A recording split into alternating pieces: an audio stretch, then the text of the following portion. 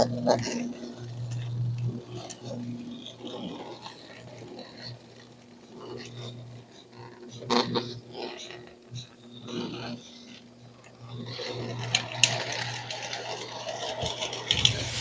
and welcome to another episode of Tommy's Trains. I'm not sure how many days into this I am now. I've lost track. This right here is probably one of the better train sets from the 80s that I want to show you. This is the Lionel Union Pacific set, and this is right up there with the Santa Fe set as far as, pretty high up on the features and play value with a lot of stuff going on. I think I like the Santa Fe set a little bit better just because you got the log dump card going on, but I think what you've got in place of that is you've got the spotlight car here and you've also got this bridge. So is it a fair trade-off? I guess. That was probably a cheap option, but this one was a little bit more expensive. We'll take this out and go over this today. I think it's a pretty good set. Lionel had quite a few sets in the 80s. There was the New York Central set, which was the most popular set. Pennsylvania Flyer set, pretty popular. They had quite a range of train sets back in the 80s. And this one was, like I would say, probably, higher to high mid-range. Inside this box, this is pretty much how they were all packaged back then. No styrofoam. Everything was cut out for your locomotives, train cars, so you can see how that went. And then this top tray would lift out. And in the bottom, you would have little cardboard compartments for your track, your extra accessories. Instruction manuals would be down here, power supply, warranty card. So pretty decent set as far as features. What came with it? We'll go over the parts and pieces. I'll put it together. We'll try it. Not MPC. They were owned by somebody else. I think his name was Kuhn. By the 80s, all the trains were pretty much these die-cast locomotives. And this one has the preheater water tank here. That seemed to disappear on a lot of trains as time progressed. I don't know why exactly, but these ones seem to be a little bit older and maybe a little bit more popular, at least as far as I'm concerned. This one still has a traction tire on it right here. You can see all your gears, pickups. The springs are still there. Pilot, Firebox wheels. 442, the Atlantic, pretty much the train of choice. It's a ubiquitous train. They're good for everything. You can put quite a bit of load on it. They're heavy. You're looking at almost 3 pounds. The Magma traction wasn't something that you would get on these. It just had the traction tire. You can look at tender. It has the pickups on it or the whistle. Operating couplers, pretty much your standard tender, just different markings on it. Built 193 Lionel. 11 ounces. Backup light doesn't work on these. Pretty simple. This has plastic trucks with metal wheels.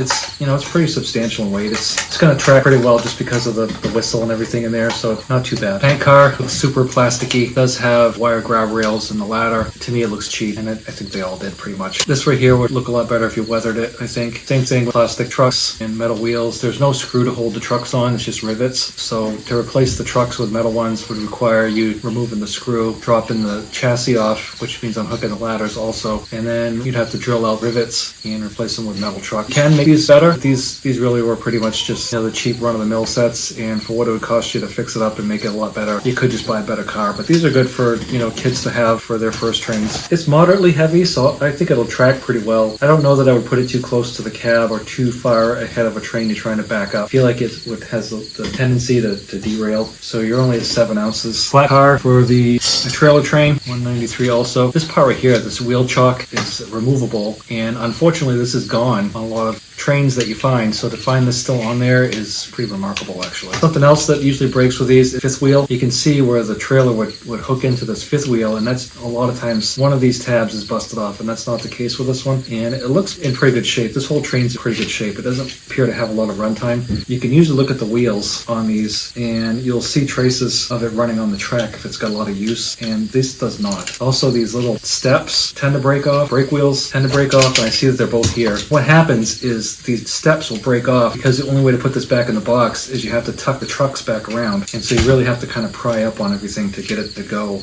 and come out. The MPC sets they went until 1986, and a lot of those only had one operating coupler on one end, so you kind of had to set your train up so that the one operating coupler would work. If you bought the single individual cars, or if you bought one of the more premium sets, then it did come with operating couplers on both ends, but the cheap ones generally only had one operating coupler. They usually had plastic wheels. One thing that's interesting about these catalogs is, while they had all of the accessories offered at the time, they didn't have like a comprehensive catalog list of the train sets available at the time, so you kind of have to do a little bit more research than just looking at the catalogs, and these catalogs are pretty cool though. We like them. So the flat car, piggyback, 5.3 ounces also pretty light. What I'm giving it credit for though is the trucks are in good shape. The wheel chock is here. The brake wheel is here. Fifth wheel is fine. Everything is still in good shape on this car. Union Pacific box car, operating doors. Now the introductory train sets with MPC didn't have opening doors. They had plastic wheels and trucks. One operating coupler, and they were about this long. If you were to take like a Wheaties car or one of those rail cars from the earlier MPC sets, they weren't as long. They were kind of compact, a lot smaller, but you also call that the locomotives, and many of the MPC sets were pretty light. They were that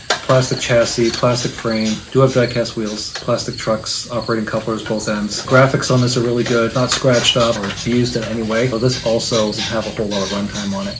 7.8 ounces. The caboose on this does have a light. One of the problems you would find a lot of times with these cabooses is that from being put in and out, its smokestack would be missing. Graphics on this are really good. It's clean, no marks on it. You have the metal wheels, plastic trucks, operating couplers on both ends. You can see the pickups here for the light. The MPC ones lack a coupler on the back. It's interesting to me that they shipped them that way, and I know it's probably to save money. I remember as a kid back in the early 80s, the Boston to Maine would come through Portland, and oftentimes there would be a caboose somewhere in the middle and one at the end. And I'm not sure if it's because they put two trains together or if it's because they needed it to see the long trains that came through. But regardless, even today, the cabooses that are around, a lot of times they use the pushers, or they use them if for some reason they have to run the train in reverse. They'll put a caboose on and put the conductor way out here on the end as the train's going backwards, so that way they've got a set of eyeballs on the track down the line. So they do still use cabooses occasionally. While it's not regular service, they still do use them. So having two couplers on here is a real plus. Really good shape. We'll test it and make sure the light works. 7.4 ounces. Special car that came with this is the Spotlight car. Plastic on this looks super cheesy, I'm not gonna lie. It's the same yellow. This car also reaped the benefit of good weathering. It says track maintenance on it. You've got some spools, a couple shovels, set of steps. We'll test the light on this to see if it works. The car's in pretty good shape, really. It wants to pop out. Brake wheel's still intact. Plastic trucks, metal wheels, operating couplers, 6.8 ounces. I'll get this track out. We'll take a look at the track. We'll put it together and we'll give it a test run.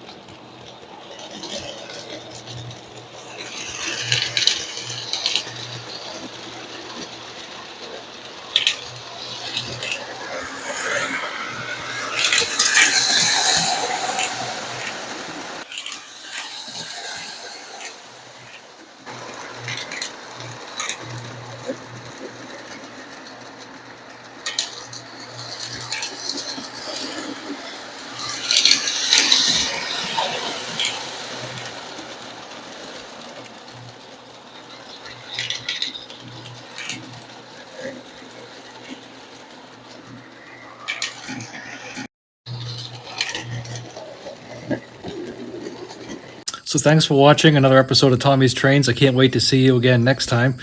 Take care.